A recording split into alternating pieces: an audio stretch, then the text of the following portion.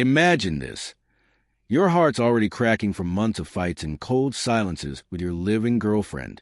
She swears she's driving 600 kilometers to visit family for a whole week, needing space, she says. But there you are, numbly scrolling Instagram late at night. And boom, she's not hugging her mom. She's draped over her ex on a sun-drenched restaurant patio, wine glass in hand, laughing like she hasn't in years. With you, what do? Scream? Beg? No. My buddy Alex?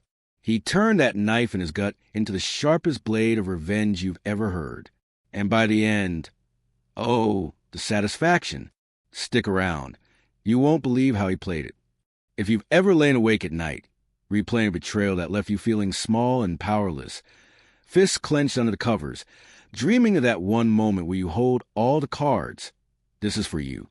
Hit that like button if justice gets your blood pumping. Smash subscribe for more raw Reddit revenge tales that hit like a gut punch and a victory lap, and turn on notifications. We're diving deep into Alex's story. Want a cold calculation, zero drama, and pure earned payback. Let's go. Imagine this. Your heart's already cracking from months of fights and cold silences with your living girlfriend. She swears she's driving 600 kilometers to visit family for a whole week, needing space, she says. But there you are, numbly scrolling Instagram late at night. And boom, she's not hugging her mom. She's draped over her ex on a sun-drenched restaurant patio, wine glass in hand, laughing like she hasn't in years. With you, what do? Scream? Beg? No. My buddy Alex? He turned that knife in his gut into the sharpest blade of revenge you've ever heard. And by the end, oh, the satisfaction. Stick around. You won't believe how he played it. If you've ever lain awake at night, replaying a betrayal that left you feeling small and powerless, fists clenched under the covers, dreaming of that one moment where you hold all the cards, this is for you. Hit that like button if justice gets your blood pumping. Smash subscribe for more raw Reddit revenge tales that hit like a gut punch and a victory lap, and turn on notifications. We're diving deep into Alex's story. Want a cold calculation, zero drama, and pure earned payback. Let's go. Let's rewind a bit, because to feel the weight of this betrayal, you need to know how deep the roots went. Alex and Sarah had been together for 3 years, live-in for the last 2. He was 28, a mid-level software engineer grinding 50-hour weeks at a startup, the kind of guy who fixed her car without complaint and surprised her with weekend getaways when money was tight. Sarah, 26, a marketing coordinator with that effortless charm, long wavy hair, sharp wit, the girl who turned heads at parties. They met at a mutual friend's barbecue, bonded over bad sci-fi movies, and for a while, it was fireworks. But the last 6 months? Poison. Work stress for him. Her feeling trapped in the routine, endless arguments over nothing. Dishes left in the sink exploding into accusations of neglect. Alex would come home exhausted, shoulders slumped like he carried the world's weight, only to find her scrolling TikTok on the couch, barely glancing up. We're just drifting, she'd sigh, her voice laced with that passive-aggressive edge that made his stomach twist. He'd nod, throat tight, whispering to himself in the shower later. Is this fixable? Or am I just a fool holding on? The apartment was their fragile kingdom, a cozy 2-bedroom in a mid-sized city, exposed brick walls cluttered with their mismatched IKEA furniture, mostly his, bought before her, a kitchen where they'd once cooked pasta at midnight, now echoing with slammed cabinets. Rent was $1,800 a month, month-to-month lease in his name only. She'd never bothered adding hers. Too independent for that, she joked. The landlord, Mr. Patel, was a silver-haired immigrant in his 60s, salt-of-the-earth type who'd chat with Alex about cricket over coffee, treating him like a son.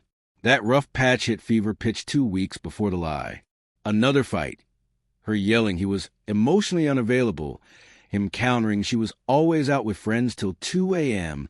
They slept on opposite sides of bed, the air thick with unspoken resentment. Then, one Tuesday evening, Sarah drops a bomb over lukewarm takeout. I need space, Alex. I'm driving to my family's place upstate. 600 kilometers, remember? Grandma's been asking for me. I'll be gone a week. Maybe it'll clear our heads. Her eyes?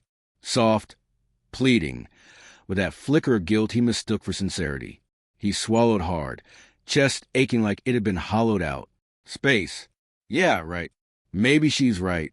We need this. Okay, he muttered, forcing a smile that didn't reach his eyes. Drive safe. Text me when you get there. She hugged him goodbye the next morning, perfume lingering like a false promise, and peeled out in her beat-up Honda. Alex spent that first night alone pacing the empty living room, floorboards creaking under his socks, the silence deafening. He cracked a beer, scrolled her socials absent-mindedly, and froze. There, in her stories, a sunlit patio at La Bella Vita, an upscale Italian spot in their city, not 600 kilometers away. She's beaming, arm linked with a guy whose face screamed familiarity. Zoom in, broad shoulders, that smug grin. Her ex, Jake, the one she swore was ancient history, after he ghosted her a year into their relationship. His pulse thundered his ears, vision blurring as hot tears stung. Not family, not space.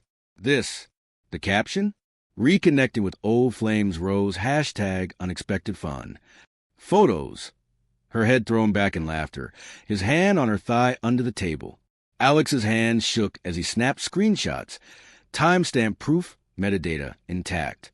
Nausea roiled in his gut. He dry-heaved over the sink, gripping the porcelain till his knuckles whitened. How long? Was this the first time? God, I was such an idiot. Betrayal wasn't just a word. It was a vice around his ribs, squeezing until he couldn't breathe. Powerless, disrespected, invisible. But Alex, he didn't explode. No frantic calls, no begging texts. He sat on the cold tile floor till dawn, mind racing like a storm. She thinks I'm weak, underestimates me. Fine, let's see how that plays out.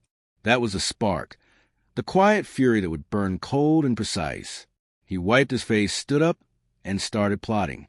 First, he backed up those photos to a cloud drive, multiple copies, just in case. Then, he pored over the lease agreement, eyes scanning the fine print under the harsh kitchen light. Month to month, 60 days notice. She's not on it. Perfect. His mind whirred with possibilities, each one sharpening the edge of his resolve. As the sun rose, casting long shadows across the apartment, Alex felt a shift. The pain was still there, a dull throb in his chest, but now it fueled something darker, something empowering. He brewed coffee, the aroma filling the space that suddenly felt too big, too empty.